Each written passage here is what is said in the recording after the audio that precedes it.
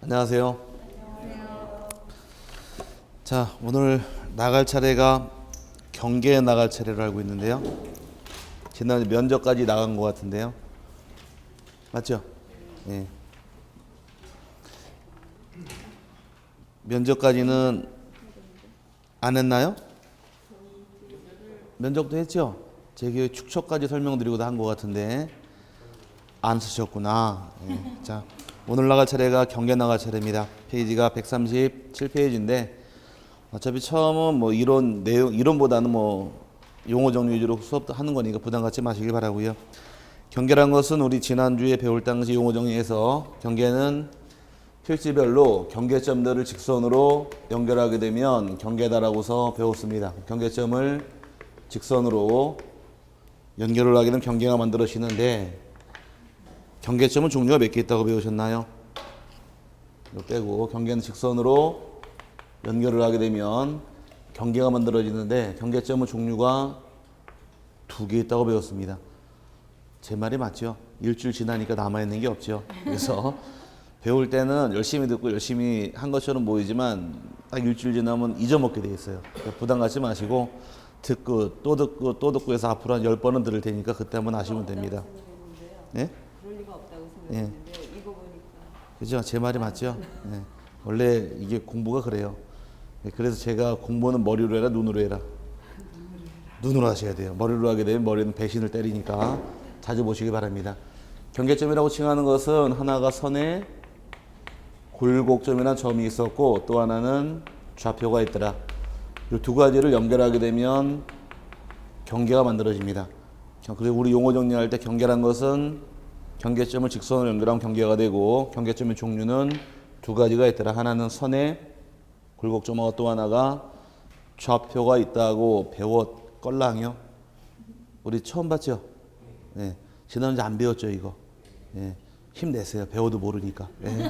처음엔 3월달 되기 전까지는 아무리 들어도 날아가게 돼 있으니까 편히 들으시길 바랍니다. 그리고 여러 번 교재 보시게 되면 경계란 의가 필지별로 경계점 간을 직선으로 연결하여 지적 공부에 등록한 선을 말한다 나와 있는데 경계점이라는 것은 2가지가 있더라. 하나는 선에 굴곡점이 있고 좌표를 연결하게 되면 경계란 말 쓰는데 우리가 배우는 경계란 것은 지금 지적이 말하는 경계라는 걸 모르면 아느냐요. 지적이 말하는 경계라는 것은 도면상에서 나오는 경계를 취급하는 것이 경계가 될 것이고 아직 민법에서 지금 덜 배웠을 텐데 민법에서 배우시게 되면 실제 토지 안에 있는 담장도 옆집 거 우리 집에 경계 역할은 하죠.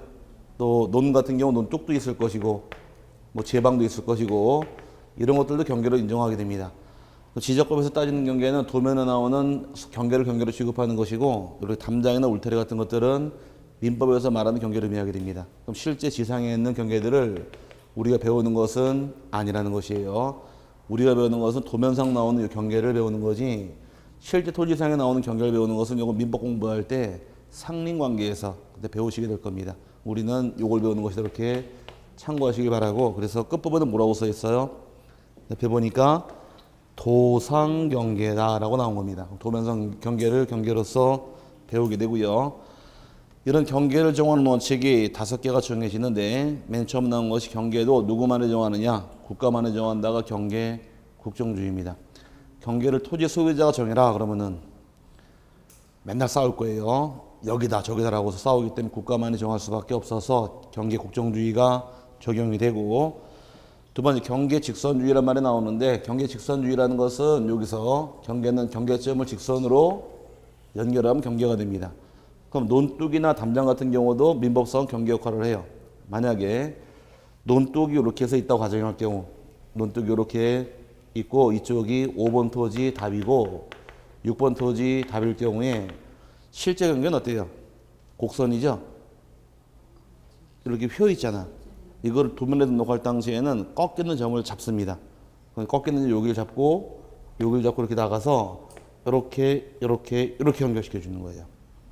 그럼 이제 경계라는 것은 보기에는 실제 경계는 삐뚤빼뚤하지만 경계를 만들 당시에는 양필 경계점관을 찍어가면서 요거를 직선 이렇게 연결하는 겁니다. 경계 직선주의가 적용이 된다 이 뜻이고 보기에는 이렇게 휘어 있지만 요건 법적으로는 노랑선은 직선이에요. 이렇게 직선주의를 적용한다 그 뜻이고요. 그 다음에 세 번째 축척 종대 원칙은 우리 지난주에 배울 당시에 축척은 500분의 1이 대축척이더라, 1000분의 1이 대축척이더라.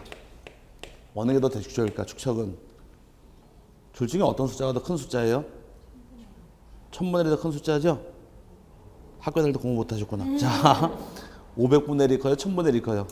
500분의 1이 더 크죠? 얘가 더 대축척, 얘가 소축척이 되는 겁니다. 아시겠죠? 분모가 클수록 숫자는 작은 거예요. 그럴 경우 하나의 경계가 여기도 나와 있고 여기도 나와 있더라. 경계가. 그럴 경우에 축척이 큰 게 더 정확하다 보니까 큰 거를 따라간다가 축척 종대 원칙입니다.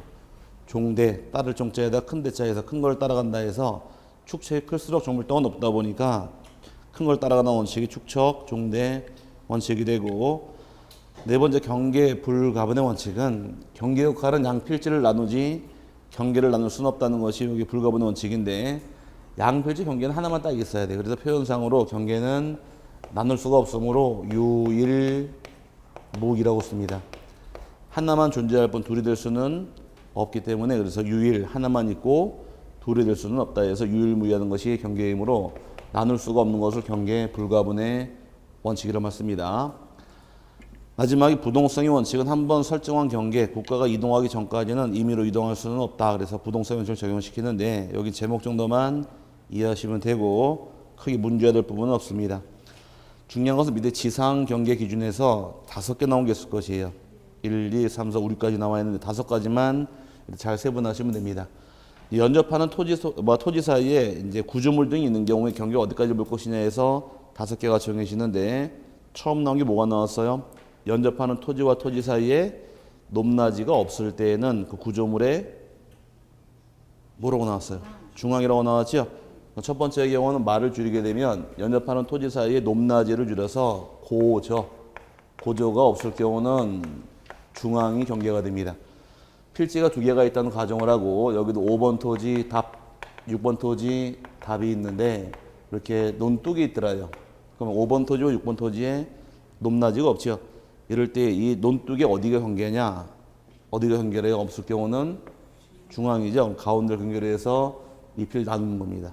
그럼 높낮이가 없는 경우는 논뚝의 중앙이 경계가 되어서 양필지를 나눈다 이 뜻이, 고조가 없는 경우는 중앙이다 이렇게 이해하시면 되고, 두 번째 경우는 연접하는 토지와 토지 사이에 높낮이 고조가 있는 경우는 구조물의 상단부 하단부로 나와 있죠. 하단부를 경계로 취급하게 되는데, 우리나라 지형은 이 평지보다 아무래도 산이 많다 보니까 이 높낮이가 있는 땅들이 많아요. 그럼 윗집이랑 아랫집이랑 이렇게 해서 높낮이가 있을 경우에, 윗집하고 아랫집하고 높낮이가 있을 경우에 이 양필지의 경계가 어디 있냐요? 높낮이가 있죠. 이럴 때는 하단부 여기를 경계로 해서 양필지를 나누는 것이 경계다요. 그럼 이 높낮이가 있는 경우는 상단부, 하단부니까 우리끼리 말을 줄여서 고조가 있으면 하단부다. 고조, 유, 하 그러시면 돼요.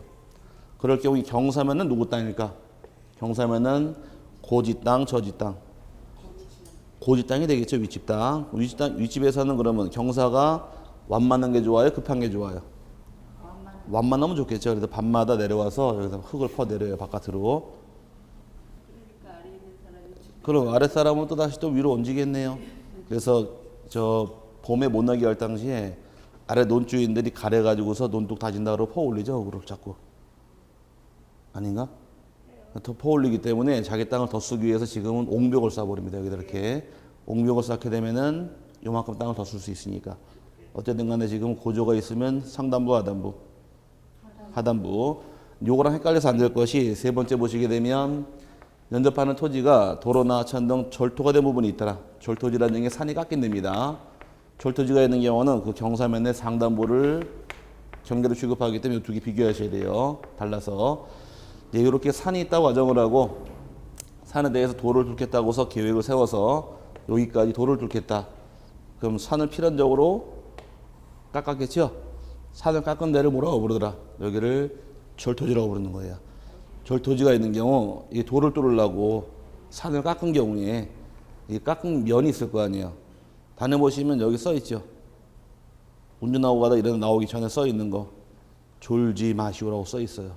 졸지 마시오 네 글자로 줄여서 낙석주의라고 써 있습니다. 줄무는 자꾸 떨어지니까 써놔야지. 낙석주의입니다. 낙석주의라고 써 있을 경우에 돌 떨어지게 되면 이 돌을 누가 치우느냐 그게 문제라는 것이에요. 산주인이 치울까 도로주인이 치울까? 도로주인이 치우겠죠. 경계는 상담 여율 경계를 나누다 보니까 여기까지가 지목이 도로가 됩니다. 그래서 산을 깎은 데가 있는 경우는 상단부다 하단부다? 상단부가 되어서 이 두 개 비교하셔야 돼요. 고조가 있는 경우는 하단부고 절토지 산을 깎은 데가 있는 경우는 상단부를 경계로 해서 양필지를 나누게 됩니다. 그 다음에 네 번째 경우는 토지가 해면이나 수면에 인접한 경우, 해수면에 인접한 경우는 물이 꽉 차 있는 만조이나 만수를 보고서 경계를 따지는 것이 경계예요. 만조이란 얘기는 밀물, 썰물. 밀물이 되겠죠. 썰물은 물 빠진 거니까. 그 서해안 같은 경우가 조석간만의 차가 심하다 보니까 물이 빠지게 되면 갯벌이 쭉 나왔다가 물이 참 바다가 됩니다. 동해안은 반대로 똑같은 바다지만 조석간만의 차가 거의 없어요. 서해안만 굉장히 심한데 옛날에 그 저번에 TV 보니까 100만 년 전쯤에 중국하고 우리나라 연결돼 있다 하더라고요. 연결돼 있다가 수심이 한 100m 이상이 갑자기 올라오는 바람에 그 중국이랑 그 우리나라랑 그 바다가 생겼다고 얘기하더라고. 그 전까지 연결이 돼 있었대요. 그래서 그래서 그쪽 바다 서해안이 평평하지 않나요? 그 물이 빠지면 갯벌에 나오는데 갯벌은 지적법상은 토지가 아니란 점이에요. 토지가 아니고 물이 꽉 찼을 때 보고 따지는 것이 경계다 보니까 만조입니다. 근데 과거에 기출문제가 나올 당시에 해면에 인접한 토지의 경우는 평균 해수면을 기준으로 토지의 경계를 정한다. 그래서 평균 해수면이 한번 나온 적이 있었는데 평균 해수면의 경우는 이거는 사용하지 않는 말입니다. 지적법은. 언제 보고 따진대요? 만조예요. 졸려 죽겠죠? 이런 된장 맞을 빡빡빡빡 자 잠 깨고. 평균 해수면 언제 사용하느냐? 사용하긴 한번 해요. 평균 해수면 사용하는 경우는 백두산 높이가 얼마인가요? 해발 2744m, 한라산은 1950m. 맞죠? 맞아요. 그러면 네. 제가 지난달에 갔다 왔거든. 죽는 줄 알았습니다. 왜 웃으세요? 차 타고서 이렇게 딱 오는데 별거 아니네 이거. 저 우리 동네에 있는 도봉산보다 낮은 것 같더라고. 그래서 한번 올라갔다가 죽는 줄 알았어요. 올라갈 때 100m마다 비석이 있는데 100m마다 해발 1500, 해발 1600개를 까만 데로 세워놨더라고. 인증샷을 찍고 올라가는데 드럽게 멀더라고. 난 가본 산 중에 제일 높은 것 같아요. 네. 끝이 없더라고. 다 돌밭이어서 갈 때는 가지만 올 때는 전날 비가 와서 돌이 미끄러우니까 이게 더 힘들더라고. 그래서 직설하게 고생했는데 그때 해발 따지는 기준이 평균 해수면이에요. 그럼 이거는 해발 높이 따질 때 쓰이는 말이고 우리가 쓰는 것은 이게 아니라 만조입니다. 그럼 일단 토지다 아니다의 기준은 물이 꽉 찬 시기 보고 따지는 것이 거기에 기준이에요. 그래서 16회 기출문제에서 해면에 인접한 땅의 경우는 평균 해수면을 기준으로 토지의 경계를 정한다. 틀린 말입니다. 아시겠죠? 그럼 해발 따질 때 기준이 되는 바다가 어딜까? 사이다 떠있는 바다. 사이다가 떠있는 바다. 인천 앞바다. 인천 앞바다에 사이다가 떴어도 곱보 없이는 못 마십니다. 이거 모르세요? 이 대화가 안 되네 이거 참. 그 인천 앞바다 평균 해수면을 기준으로 해발을 정하게 돼 있어요. 그거는 해발 따지는 기준이고 우리가 따지는 건 이게 아니라 이거니까 만조위로 기억하시고 넘어갈 부분이고 마지막 다섯 번째 경우는 공유수면 매립지 중 제방을 토지에 편입하게 되면 제방의 바깥쪽 어깨 부분을 경계로 취급하는 것이 경계입니다. 바깥쪽 어깨 부분을 경계로 취급하겠다는 것이 마지막인데 이 바깥쪽 어깨 부분이라는 것은 요 넘실거리는 바다를 매립이 들어가더라. 매립을 하게 되면 제일 먼저 쌀 것이 제방부터 쌓아야 돼요. 그래서 새만금 방주제 쌓았죠. 제방을 먼저 쌓습니다. 제방을 싼 다음에 매립이 들어가게 되면 여기가 바다예요. 이럴 경우에 어디까지를 토지로 볼 것이냐 이 문제인데 토지는 요 제방의 바깥쪽 어깨 부분이다. 이렇게 사람 머리 그리면 사람 같나요? 오케이? 그 바깥쪽 어깨라는 얘기는 여기까지를 토지를 인정하는 겁니다. 바깥쪽 여기 제 방이잖아요. 뚝 바깥쪽 어깨 여기까지 경계를 정해서 토지를 정하는 방법이다 보니까 여기서 작년에 기출을 했어요. 25회 때 여기서 기출을 했는데 올해죠. 올해 기출 문제에서 지난 시험에서 기출을 해서 한 문제를 냈습니다. 이게 나오는 경우는 서비스 문제예요. 이거 틀리면 맞출 게 없어요. 고저가 없는 경우는 경계를 어디로 가고 자꾸 떠들어야 돼. 중앙. 고저가 있는 경우는 하단부. 그 다음에 절토지란 말이 나오게 되면 도로나 하천 등 산을 깎은 데가 나오는 경우는 상단부. 해수면은 만조위. 그 다음에 마지막이 제방은 바깥쪽 어깨 부분인데 그러다 보니까 만조를 보고 따지다 보니까 갯벌은 지적업상 토지일까 아닐까? 지적업상 토지가 아닙니다. 왜? 갯벌은 물 꽉 차버리면 뭘로 바뀌어요? 바다가 돼버리니까 옛날 2002년까지는 갯벌을 저 간석지라 그래서 토지로 인정을 했어. 임야로 인정했다가 이제 따지고 들어갑니다. 물이 꽉 찰 때 보고 따지다 보니까 갯벌은 토지가 아니지 않느냐. 그래서 법을 개정해서 2002년도부터 빼버린 거예요. 그래서 간석지란 토지, 갯벌은 더 이상 지적법상에선 토지로 보지 않으니까 주의하시길 바랍니다. 이 원칙을 또 정하는 게 원칙이 돼.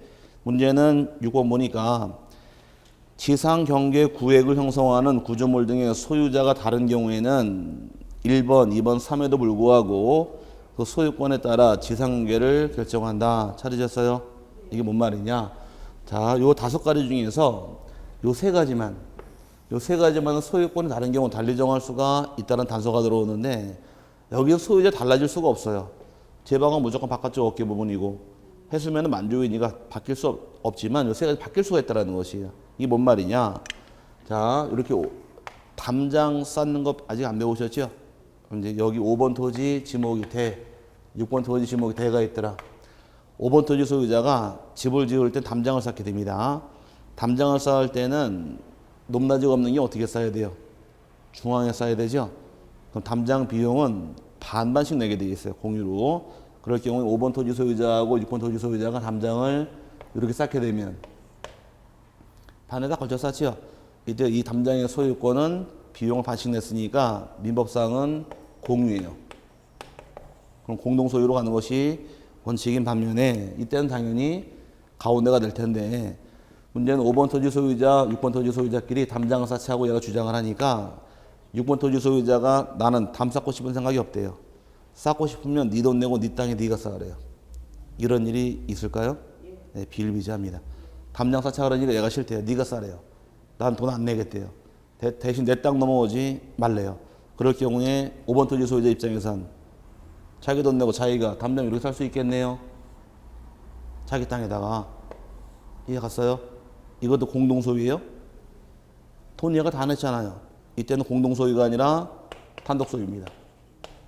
이때 여기까지 가운데로 갈 수 있는 것은 아니니까 이때는 일로 갈 수도 있다는 것이에요. 그럼 소유자가 지금처럼 다른 경우는 소유권 따라 달리 정할 수도 있다. 여기 위규정이에요. 그래서 과거에 올해죠. 올해 간평사 문제도 지적권 문제가 요게 4문제 내지 5개가 출제하는데 이게 한번 나왔습니다. 고조가 없는 경우는 경계가 어디래요? 중앙이죠. 소유자가 다른 경우도 반드시 구조물의 중앙을 경계로 경계를 정해야 한다. 틀린 말입니다. 소유권이 다른 경우 달리 정할 수도 있다. 거기에 예외 규정인데 이거 뭐 아직까지는 책에서 설명을 드렸지만 안 보셔도 되고요. 주로 나오는데 왜 5가지예요. 요거 위주로 나중에 대부분 암기하시면 됩니다. 딱 걸리게 되어 있으니까 요거 자꾸 넘어가시면 되고 그다음 다음 페이지 넘어가시게 되면 2개가 더 볼 게 더 남았는데 기타에서 1번 그다음에 지상 경계점 등록부에서 2개만 따로 세분하시면 돼요. 1번이 참 중요한 말인데 분할에 따른 지상 경계는 다음의 경우를 제외하고 지상 건축물을 권리에게 결정해서는 아니 된다. 그러면 원칙은 토지를 분할할 경우에 지상 건물이 있더라. 이 지상 건물을 권리에게 분할할 수는 없는 게 원칙이에요. 왜 그러느냐? 내 땅이 있다고 가정했을 경우에 이게 내 땅이더라.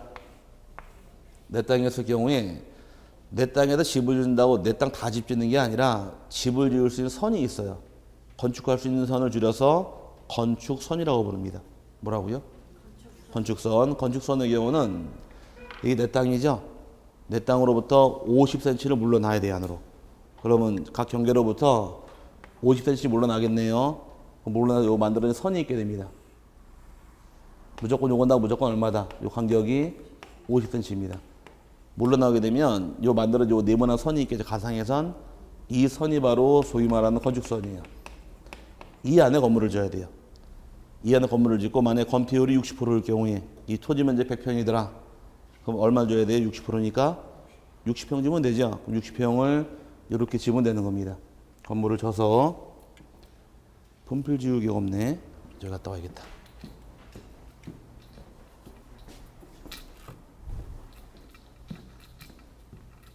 여기에 100평일 경우에 이만큼 짓게 되면 이게 바로 건물을 이렇게 60평 지은 겁니다. 여기에 그럼 건물을 지을 때 경계로부터 띄어졌어요, 붙여졌어요? 띄어졌죠?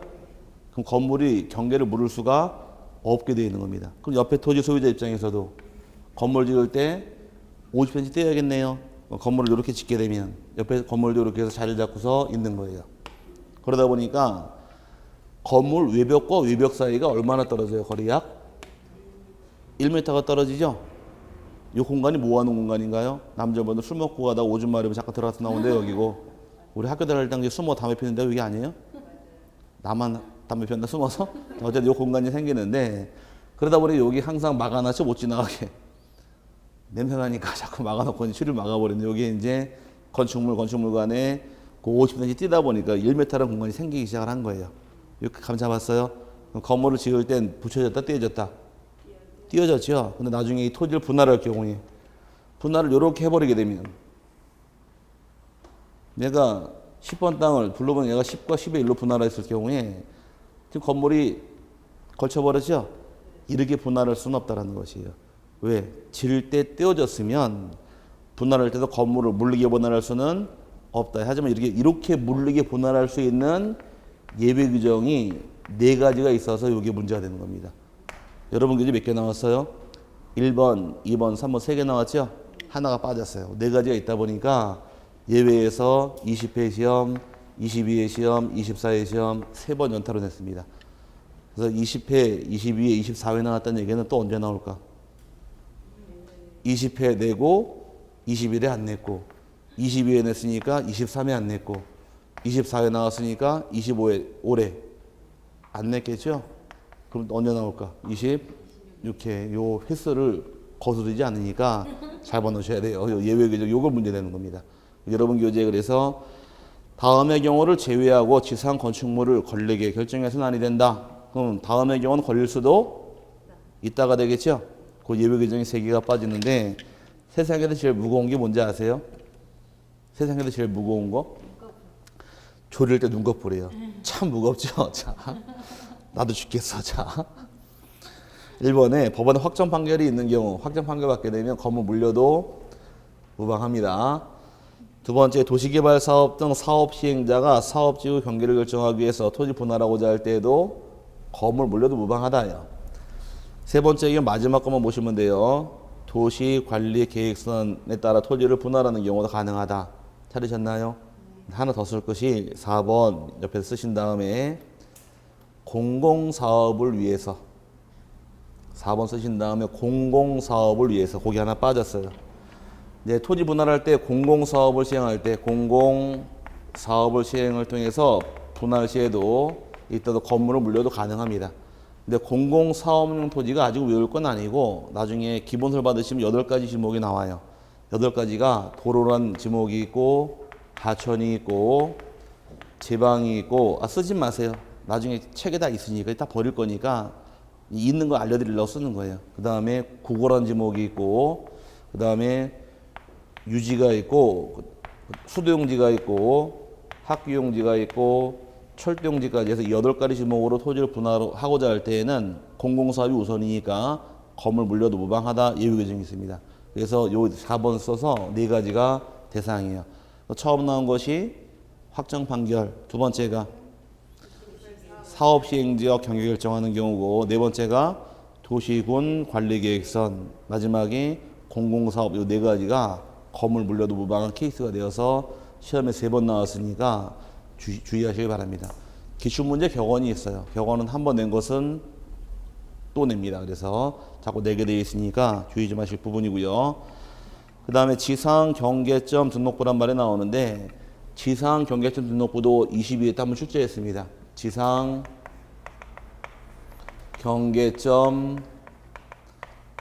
등록부의 경우는 자 따져보자. 이쪽에서 요걸 응용하시면 돼요. 토지와 토지 사이에 높낮이가 없습니다. 경계가 어디래요? 중앙. 높낮이가 있는 경우는 하단부죠.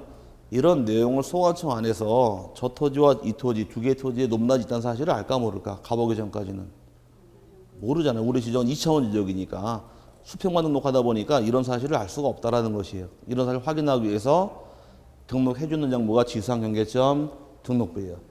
등록카드로 규정이 되어 있는데 분할이나 합병 등을 통해서 사료기 경계를 정하게 되면 지상 경계점 등록부를 작성하도록 법이 개정이 되어서 출제 한번 했습니다. 여기에 나올 사항이 몇 가지냐 이걸 물어봐요. 등록 사항이 여러분 교재에 5개 나와 있죠. 제일 처음 나온 것이 뭐가 나왔고 토지의 소재 나왔고 두 번째가 지번 나왔고 세 번째가 좌표가 나오는데 좌표는 제가 지난주에 설명드릴 때 모든 토지가 좌표가 다 있더라 일부 지역만 있더라. 좌표는 일부 지역만 있다고 그랬습니다. 좌표 찍으려고 그러면 개발이 된 지역만 좌표가 있지 개발 안 된 지역은 좌표가 없다고 설명을 드렸어요. 그래서 좌표는 경계점 좌표 등록부를 시행하는 지역만 좌표 등록하게 돼 있고 그 다음에 경계점에 설명도 하고 그 다음에 경계점에 사진 파일까지 등록을 해라 라고 5개 나온 게 있을 겁니다. 여기까지 찾았어요. 근데 2개가 올해 추가가 됐습니다. 개정이 되어서 2개가 이제 개정하는데 오늘 아직 시험에 안 걸었어요. 첫 번째가 공부상 지목과 그 다음에 실제 토지 이용 지목. 이 뭔 말일까? 공부상 지목은 대장상 지목은 답으로 나와 있는데 이용 현황이 전으로 쓰는 경우 서로 지목이 일치하지 않죠. 확인하기 위해서 공부상 지목, 실제 토지 이용 지목 확인하라고 둘 다 적어주고 그 다음에 경계점 표지에 종류 및 경계점의 위치를 등록하도록 법이 개정이 되어서 2가지의 추가 사항이에요. 경계점의 표지라는 건 모르면 아느냐?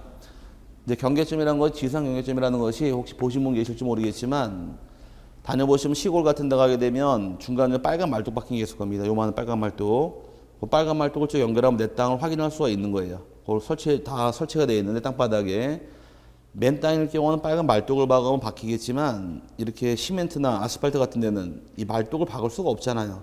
이때 쇠못을 박아줍니다.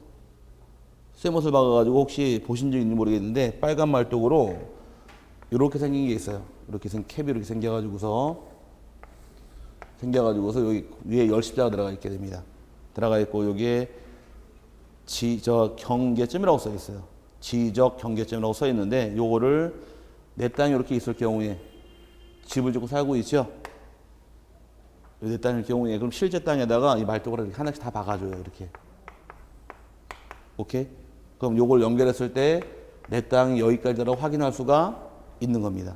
요걸 다 지상에 박아놨는데 이렇게 나무로 박는 것은 맨 땅일 경우 박을 수 있겠지만 포장되는 같은 경우, 콘크리트 같은 경우 이거 박을 수가 없잖아요. 이때는 쇠못을 박아놓습니다. 이렇게 쇠못으로 이걸 박아줘요. 여기 또 이렇게 십자가 들어가 있어요. 이거를 연결시키면 또 경계가 돼요. 그럼 이 경계점 표지가 나무인지 쇠못인지 요거를 알려주라는 얘기예요. 이걸 등록하도록 되어 있는데 이 2가지가 올해 개정안입니다. 요거 시험에 낼 줄 알았지만 내지 않았더라고요. 개정된 게 있게 되면 반드시 내고 들어오는데 올해 안 냈어요. 올해 안 냈다는 얘기는 언제 낼까? 26회 때 낼 가능성이 있으니까 요거 2개 아마 책 교재 나오게 되면 별표 넣으십시오라고 제가 강조할 겁니다. 그때 강조하고 보시면 될 부분이고 여기까지를 시험에 한번 낸 적이 있어요. 여기까지 내서 출제한 적이 있고 추가 내부분 시험에 안 냈으니까 아마 26회 때를 중심으로 해서 나중에 강조할 거예요. 이거 개정이 됐지만 시험 안 냈습니다. 그러면은 반영할 테니까 참고하시길 바랍니다. 여기까지가 이제 토지에 관한 내용인데 자 지난주부터 지금까지 배운 내용이 지번 배웠죠? 지번 간단히 배웠고 또 지목도 설명을 드렸고 면적도 설명을 드렸고 지금 배운 경계까지 설명을 드렸습니다. 지번, 지목, 경계, 면적 요 네 가지에서 5문제가 나와요. 그러니까 지난주에 지번, 지목, 경계, 면적, 오늘 경계까지 해서 여기서만 12문제 중 5문제예요. 그럼 요 네 가지만 완벽하게 잡게 되면 공부량 얼마 안 되지만 나머지는 전부 다 4번 다 찍어서 반 이상은 맞아요. 그러니까 이 지번, 지목, 경계, 면적을 잘 잡았느냐 못 잡았느냐가 지적법을 잡았느냐 못 잡았느냐예요. 요 지번, 지목, 경계, 면적 지난주 강의한 거 따지면 약 3시간 분량밖에 안 되거든요. 3시간 분량 가지고서 5문제 맞는다는 얘기는 적은 거예요, 많은 거예요? 출제 비율 많은 거죠. 다 몰려 있어요, 앞에. 그 다음 배울 것이 이제 오른쪽에 139페이지 지적 공부란 말이 나오는데, 이제 지금까지 배운 이 지번, 지목, 경계, 면적을 어디에 등록하느냐, 거기에 지적 공부예요. 이제 등록하는 사항을 물어봅니다. 그 지번이 어디 나오는지, 지목이 어디 나오는지, 그걸 죄 물어봐요. 거기에 또 한 문제 출제하기 때문에 정해져 있어요, 나오는 데가. 그래서 오른쪽에 지적 공부를 배우게 될 겁니다. 지적 공부의 경우는 지난주 몇 개 있다고 배우셨느냐? 합이 8가지 있다고 제가 강의를 했어요. 지적 공부 중에서 대장이 몇 개 있다고 배웠고, 대장은 몇 가지가 있더라. 그래서 군대 갔다 왔죠? 네. 진짜로? 육군이에요, 해군이에요, 공군이에요, 짭새요. 육군? 대화가 되겠네. 군인들 별 숫자에 따라서 계급이 달라지죠. 별 하나를 뭐라고 부르고, 별 하나, 준장, 별 2개가 방이구만. 별 2개가 사단장급 때는 소장, 별 3개가 군단장급 때는 중장, 별 4개는 대장 아닌가? 맞죠? 별 5개는 별 5개 뭐라고 불러요? 원수? 우리나라 원수는 없죠? 별 5개는 뭐가 별 5개냐? 유사품에 주의하세요. 장수 돌침대. 뭐라고요? 장수 돌침대는 별이 5개라 그러니까 농담한 거고, 별 4개가 뭐라고 했어요, 금방? 별 4개를 대장이라고 그랬죠? 대장은 4개가 있어요. 대장은 4개가 있어서 별 4개라 그런 거예요. 그래서 교재 보시니까 대장에서 나온 것이 네모 안에 토지 대장, 임야 대장, 공유지, 연명부, 대지권 등록부, 대장이 4개가 있더라. 지난주에 배운 거 기억나세요? 네. 원래 그래요. 그래서 제가 지난주에 기억력에 손을 쥐고 딱 일주일이 안 넘어간다 그랬어요. 그러니까 듣고 또 듣다가 넘어가는 거지. 중개사 한번 잘 듣고 시험 보는 게 아니라 얼마만큼 반복을 많이 했느냐, 그게 합격의 당락을 저하는 겁니다. 그러니까 옛날부터 있던 거고 2개가 더 추가가 되어서 2002년도부터 4개가 된 겁니다. 토지대장이 있고, 임야대장이 있고, 공유지, 연명부, 대지권, 등록부, 도면의 경우는 지적도하고 임야도, 그다음에 경계점, 좌표 등록부를 일반적인 장부라고 부르는 겁니다. 지적공부라고 칭하고, 얘들을 컴퓨터에 입력하게 되면 오른쪽에 정보 처리 시스템 찾으셨어요? 예, 전산까지를 지적공부라고 칭하는 것이 종류예요. 그래서 먼저 지적공부는 대장이 몇 가지가 있더라? 4가지가 있습니다. 대장은 토지 대장이 있고, 임야 대장이 있고, 공유지, 연명부, 대지권, 등록부 4개를 대장이라고 칭하고, 대장의 내용을 알기 쉽게 그림으로 푸는 것을 도면이라고 부른다. 도면의 경우 2개가 있어서 지적도하고 임야도가 있더라. 근데 얘는 정밀도가 떨어지다 보니까 정밀도를 높일 목적으로 작성 시작한 것이 경계점, 좌표, 등록부가 있고, 이들을 컴퓨터에 입력하게 되면 전산 처리된 지적 공부에서 8가지를 지적 공부다라고 해서 지난주에 배운 내용이 있을 겁니다. 이제 여기서 배우는 사항은 토지대장이나 임야대장에 무엇을 등록할 것이냐, 그거를 배우는 것이 등록 사항이에요. 이 중에 가장 많이 출제하는 것이 토지하고 임야대장입니다. 얘를 가장 잘 내요. 그 다음 얘를 잘 내요. 2개를. 잘 내는 이유가 정해져 있어요. 1차 과목은 능력 위주로 선발하는 거, 2차 과목은 실무 위주예요. 그럼 여러분이 중개업을 하실 당시에 지적 공부 중에서 가장 많이 보는 장부가 뭘까? 토지대장하고 임야대장 가장 많이 보겠죠? 그럼 토지대장, 임야대장 가지고 확인 설명을 할 줄 알아야 될 거 아니에요? 그럼 낼 수밖에 없는 거예요. 토지대장 갖고 와서 이게 뭡니까 물어봤는데 중개업자 나 25에 땄는데 잘 모르는데 그러면 대화가 안 되니까 물어볼 수밖에 없는 겁니다. 또 지적도 임야도 등록사항 또 물어봐요. 지적도 뭐 확인 설명해 줘야 되니까. 그걸 물어보다 보니까 등록상에 무엇이 있는가 그거를 따져가서 세분하시는 것이 사실 공부인데 밑에 등록상에서 고유번호 나와 있고 소재, 지번, 지목, 면적, 경계, 좌표, 소유자 쭉 나와 있죠. 이걸 대부분 나중에 다 암기를 하셔야 돼요. 지적법은 저는 외우란 말 별로 좋아하지 않는데 어쩔 수 없이 외울 과목이다 보니까 지금 외우지 마시고 한 서너 번 들은 다음에 한 5월달쯤 가서 그때 조금씩 외우시면 돼요. 지금부터 외웠다고 그때까지 남아있지 않을 테니까 지금은 편안하게 들으시기 바랍니다. 하나 넘어가게 되면 먼저 나온 것이 등록사항류 토지대장, 임야대장 두 개가 나와 있는데 출판에서 대장이 몇 개가 있더라? 네 개가 있죠. 토지대장, 임야대장, 공유지, 연명부, 대주권 등록부 네 개를 대장이라고 칭하는데 대장에 대한 조건이 있어요. 대장에 대한 요건의 경우는 책에 나와 있지 않지만 공부를 위해서 우리끼리 정리를 하게 되면 대장이 되기 위해서는 지적법이니까 토지에 관한 사항은 당연히 등록을 하게 됩니다.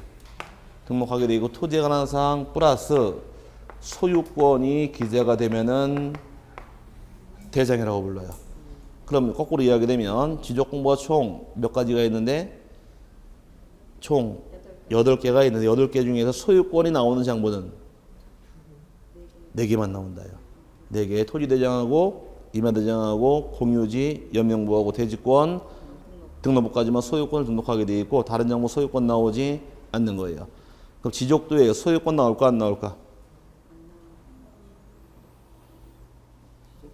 자, 대장이란 말은 요 두 가지가 나와야 대장이라고 그랬어요. 그럼 소유권이란 말은 어디만 나오더라? 여기만 나오는 거예요. 그럼 지적도에 소유권 나오지? 않겠네요. 임야도에 소유권 나오지? 않겠네요. 경계점 답표 등록부에 소유권 나오지? 않으니까 요건 어디만 나오더라? 대장에만 나오는 겁니다. 그럼 대장에만 소유권이 등록이 돼요. 다시 이제 1월달 3월 또 들어올 테니 부담 갖지 마시고 지적 공부 중에서 대장이라고 불리는 것들은 몇 가지가 있는데 네 가지가 있는데 대장이라고 불리게 된 이유는 토지가 관한 사항 이외에도 소유권이 나올 때 비로소 뭐라고 부른다? 대장이라고 부르는 겁니다. 그러다 보니까 나중에 문제 풀을 때 늘 달고 나오는 말이 경계점 좌표 등록부의 등록사항으로는 토지의 소재, 지번, 소유자 이렇게 끌고 들어와요. 그거 잡아내셔야 돼요. 그럼 큰 틀을 딱 잡고서 소유권은 어디만 나오더라? 저는 알으니까 빨리 외치셔야 돼. 대장에만 나온다. 자꾸 외치셔서 내 걸 만들어야 돼요. 아시겠죠? 네, 등록상 하나씩 볼 텐데 먼저 여러분 교재 140페이지 꼭대기에서 토지대장하고 임야대장입니다. 등록상 첫 번째가 토지의 소재가 나와요. 소재는 동, 리까지를 소재라고 부릅니다. 소재가 뭡니까? 물어보시던데 이 동네가 서울특별시 노원구 상계동이죠. 상계동까지가 소재예요. 소재는 시, 도, 시군구, 읍면, 동, 리까지를 소재라고 부르고 두 번째가 지번. 지번은 우리 지난주 배울 당시의 원칙은 아라비아 숫자로 기재하더라. 하지만 임야대장, 임야도에 등록하는 토지는 지번 앞에 산자가 붙는다. 그 배운 내용 떠올리면 되고 세 번째 지목이 나옵니다. 지목은 정식 명칭을 적어라. 하지만 도면에 기재할 때 지목은 한 글자 부호로 딴다고 설명을 드렸어요. 부호로 따되 원칙은 다 머리 글자가 원칙이 돼 두 번째 글자 따는 경우 4개 있다고 배웠습니다. 하천은 뭐를 따라? 천. 유원지는 원. 공장용지는 장. 주차장은 차. 그 4개는 차 문자 두 번째 글자 따게 돼 있고 나머지 24개 지목은 전부 다 머리 글자 땁니다. 해서 아마 지난주에 강의한 게 있을 겁니다. 있어요? 네, 다행이고 영어로 땡큐. 자, 그 다음에 면적을 적어라. 면적은 제곱미터로 등록하더라. 면적은 지난주에 배울 때 자꾸 대세김질 하셔야 돼요. 축척 따라 등록 면적이 바뀐다고 설명을 드렸습니다. 축지 분모가 1000단위일 경우는 면적은 1의 자리까지 등록한다. 그 다음에 100단위의 경우는 0.1까지 등록하는 것이 면적의 단위다라고서 배운 게 있을 테니까 자꾸 떠올리셔야 되고 그 다음에 소유자의 성명, 명칭, 주소, 주민번호 기재해라. 대장이다 보니까 칠판에서 여기서 대장이다 보니까 소유권을 등록한다고 설명을 드렸어요. 그럼 소유권이 나온다는 얘기는 소유자가 누군지 알아야겠네요. 소유자의 성명이 나올 것이고 소유자의 주소가 나오게 되고 소유자의 주민번호를 등록을 하게 됩니다. 우리 같은 자연인의 경우는 성명, 주소, 주민번호가 되겠지만 법인의 경우는 성명 대신에 명칭, 주소 대신에 사무소, 소재지, 주민번호 대신에 부동산 등기용 등록번호 같은 의미로 이해하시면 큰 무리가 없고요. 그다음에 이제 오른쪽에 보시게 되면 이제 시행 규칙 나오기를 토지의 고유 번호란 말이 나와요. 찾았어요? 고유 번호는 맨 밑에 보니까 고유 번호에서 맨 밑에 찾았나요? 각 필지 토지를 이제 전산 입력을 위해서 19자리 번호로 환산한 것이 고유 번호인데 외울 건 아닙니다. 보시고 가볍게 이해하시면 돼요. 고유 번호 몇 자리래요? 총 19자리인데 자 외울 건 아니고 잘 보자고요. 하나만 잘 유심히 보시면 돼요. 칠판 잠깐 보시고 우리 동네가 고유 번호는 19자리를 환산하게 되어 있는데 이 동네가 서울특별시 노원구 상계동에 소지한 토지이고 지번이 123에 45라는 토지가 있더라. 이 토지를 번호로 바꿔라요. 19자리를 바꾸게 되면 알고 나면 아무것도 아니에요. 서울특별시 노원구 상계동까지는 이 토지의 행정구역입니다. 행정구역은 10자리로 표시하게 되겠어요. 자리가 총 19자리 중에서 그다음 123에 45가 이 토지의 지번이에요. 지번은 총 8자리를 환산하는 것이 여기 번호인데 자 칠판 잘 보시고 맨 밑에 그림도 나와 있으니까 보고 따라만 가시면 돼요. 행정구역상 서울시는 시도죠. 시도 몇 글자예요? 시도 두 글자니까 시도는 2자리를 줍니다. 서울시가 지역번호가 예를 들어서 0이니까 서울시 번호 0이라고 가정을 하고 그 다음에 시도 밑에 나오는 행정구역이 시, 군구 몇 글자? 3글자. 그럼 노원구는 시, 군구에 속하니까 3자리를 줘요. 그러면 노원구 번호가 1, 2, 3이라고 가정을 하고 그 다음에 다음 행정구역이 상계동이죠. 상계동은 읍면동에 속하네요. 읍면동 몇 글자? 3글자. 그럼 상계동 번호가 4, 5, 6이라고 가정을 합니다. 이해 갔어요? 그 다음 행정구역 남은 게 하나 또 있죠. 뭐? 리. 서울에 리가 있어요? 없어요? 왜 없어? 많지. 청량리, 왕십리, 답십리, 화양리 되게 많이 있는데 말만 리지 다 동이죠. 그럼 리가 없는 경우는 빵빵이에요. 그럼 이제 글자로 채워 넣으시면 돼요. 시도 몇 글자? 2글자 2자리. 그 다음 시, 군구 몇 글자? 3글자 3자리. 읍면동 3글자 3자리. 리 길게 끌어 2자리 집어넣으면 10자리 만들어지는 겁니다. 그러니까 어렵게 하지 마시고 시도, 시군구, 읍면동, 리 그럼 이렇게 털어버리면 요건 문제 될 게 없고요. 그 다음에 지번이 몇 번이래요? 123에 45죠? 바꿔라요. 바꾸게 되면 지번은 앞에 자리가 본번 0, 1, 2, 3 9번이 0, 0, 4, 5에 8자리가 지번이 되는 겁니다. 그럼 앞에 행정구역은 몇 자리고? 10자리. 지번이 8자리. 그런데 한 자리 비네요. 19자리라고 그랬으니까 한 자리 비는 게 중요한 것이 11번째 오는 숫자. 여기 들어온 숫자. 요게 중요한 거예요. 여기 11번째 들어온 숫자가 요게 중요한 건데 요거 보고 문제 푸는 겁니다. 여기 1자가 들어갈 수가 있고 2자가 들어갈 수 있고 3자가 들어갈 수가 있어요. 이 번호가 1자가 들어가 있는 경우는 이 토지는 토지대장에 등록한 토지라고 알려주는 번호예요. 그럼 여기 1자가 들어가 있다는 얘기는 이 땅은 어떤 땅이다? 등록한 정보가 토지 대장이라는 얘기고 2자가 들어가 있으면 이건 임야 대장에 등록한 토지라고 알려주는 번호입니다. 여기 3이 들어가 있으면 이건 경계점 좌표 등록부 시행지역 토지라고 알려주는 암호예요. 그럼 여기 만약에 3이 들어가 있더라. 그럼 이건 뭐다? 경계점 좌표 등록부 시행지역 토지를 알려주는 겁니다. 이걸 보고 문제 풀어야 되는 거예요. 예? 아 그러니까 그런 지역이 여기 있다는 얘기예요. 그럼 이게 지금 지번이잖아요. 123에 45. 이 땅이 가진 정보가 어떤 거냐 알려주는 거예요. 1이 들어가 있으면 어떤 정보가 있고 토지 대장이 있는 토지다 알려주는 것이고 2가 나오게 되면 임야 대장이 있다. 3이 나오게 되면 경계점 잡혀 등록부에 있다로 알려주는 이게 암호입니다. 요거 보고 문제 푸시는 거예요. 요거 보고서 1이 들어가 있으면 뭘 의미하고 자꾸 외치세요. 토지 대장 2가 들어가 있으면 임야 대장 3이 들어가 있는 경우는 경계점 잡혀 등록부를 기여하시는데 근데 문제는 장부에 세트가 있습니다. 장부 세트에서 오른쪽에 이제 지적 공부 일체성이라는 말이 나오죠. 일체성이라는 말은 맨 밑에 칸에서 지적 공부의 일체성이라는 얘기는 뭐다? 하나라는 얘기, 하나. 세트라는 얘기입니다. 그래서 지난주에 설명할 당시에 햄버거랑 세트는 안 했나? 햄버거 먹을 때 소주랑 먹어요? 콜라랑 먹죠? 삼겹살은 소주랑 먹듯이 딱 궁합이 있듯이. 예? 이건 안 했다고요? 이거 오늘 할게요. 다음에 우리 한잔 하시자고요. 자, 만난 기적으로. 토지대장이 있다는 얘기는 항상 같이 만드는 것이 지적도가 만들어져요. 임야대장이 있다는 얘기는 같이 만드는 것이 임야도를 만들게 되고, 그 다음에 경계점 좌표 등록부가 있다는 얘기는 얘는 장점, 단점이 있습니다. 장점은 정밀도가 굉장히 높지만 일반인의 이해가 어려워요. 그래서 같이 만드는 것이 토지 대장하고 지적도를 같이 만들어줘요. 이게 장부의 세트예요.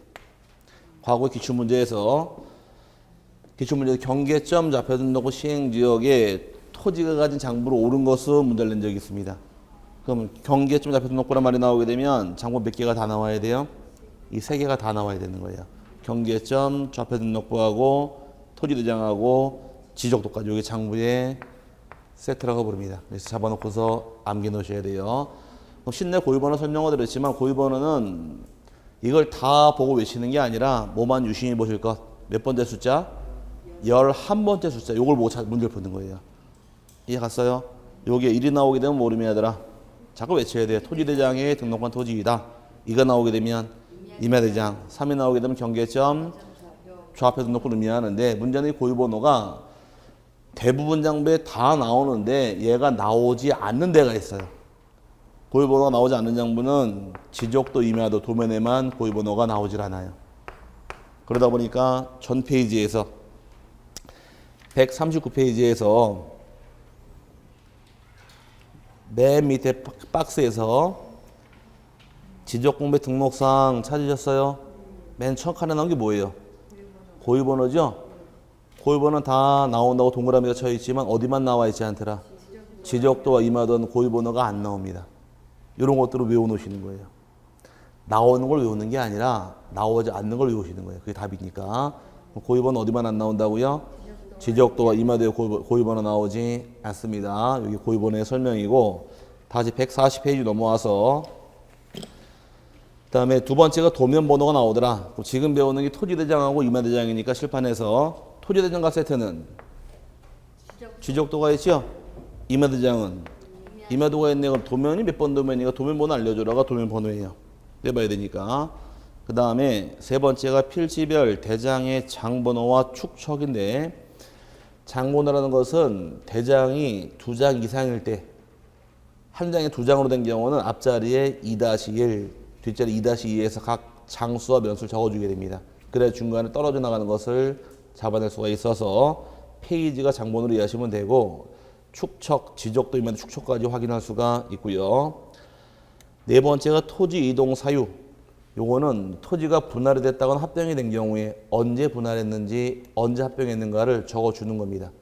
그래서 토지 이동 사유가 분할이 있었는 거, 합병이 있었는 걸 다 확인할 수 있고, 그 다음에 토지 소유자가 변경된 날과 원인 적어라. 칠판에서 일로 들어와서 소유권이 나와야지만 대장이라고 설명을 드렸어요. 소유자 이름 나왔네요. 그럼 이 사람이 또 언제 바뀌었는가 알아야겠죠? 따라 붙는 게 소유자 변경된 날과 원인이 따라 붙게 되는 겁니다. 그럼 매매 계약을 통해 땅을 샀더라. 원인이 뭐가 될까? 매매가 되는 거예요. 그럼 주인 언제 바뀔까? 대금 지불하면 주인 바뀔까? 계약하면 주인 바뀔까? 지난주에 물어본 것 같은데 매매 계약을 체결합니다. 주인 언제 바뀔까요? 계약을 체결한 때, 대금 지불한 때 등기한 때라 그랬죠. 예, 한번 속어나무도 안 속으시네. 그럼 등기하면 주인 바뀌니까 등기한 날짜 적어주는 거예요. 등기한 날짜 등기 접수일자를 적어주는 겁니다. 그래서 언제 주인 바뀌었는가 확인할 수가 있고요. 그 다음에 여섯 번째 토지 등급 또는 기준 수확량 등급과 그 설정, 수정 연호를 그러는데 1996년까지만 써두세요. 토지 등급과 수확량은 1996년까지만. 1996년까지는 토지에 대한 세금 부과할 당시에 토지 등급이랑 농지의 수확량을 중심으로 해서 세금 부과를 시켰어요. 그러다 보니까 농지 토지 등급이랑 수확량을 적어놨었는데 이 수확량 가지고서 세금 부과 시키다 보니까 문제가 발생합니다. 풍년이 된 애는 세금 내겠다요. 근데 흉년이 나서 내가 먹고 살 것도 없는데 세금 걷어가면은 입이 욕 나오지 않나요? 자꾸 불만들이 많이 생기니까 96년 이후로는 세금 체계가 공시지가 체계를 바뀌기 시작을 해요. 하지만 96년까지 적은 사항도 지금 관리는 합니다. 하지만 그 이후로는 공시지가를 대신 적게 돼 있고 토지 등급을 적질 않아요. 그래서 맨 밑에 따라붙는 것이 개별 공시지가와 그 기준을 따라붙는 거예요. 그래서 세금 체계가 96년까지는 이제 토지 등급이랑 수확량으로 세금 부과가 들어갔지만 96년부터는 공시지가 체계를 바뀌다 보니까 등록성이 바뀌기 시작을 해서 지금 등록성 나온 것 뿐입니다. 여기까지가 토지하고 임야대장인데 시험에 참 잘 내요.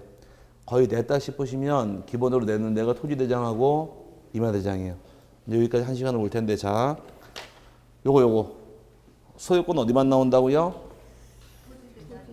줄여서 대장에만 나옵니다. 대장이 몇 개가 있더라? 4개가 있죠?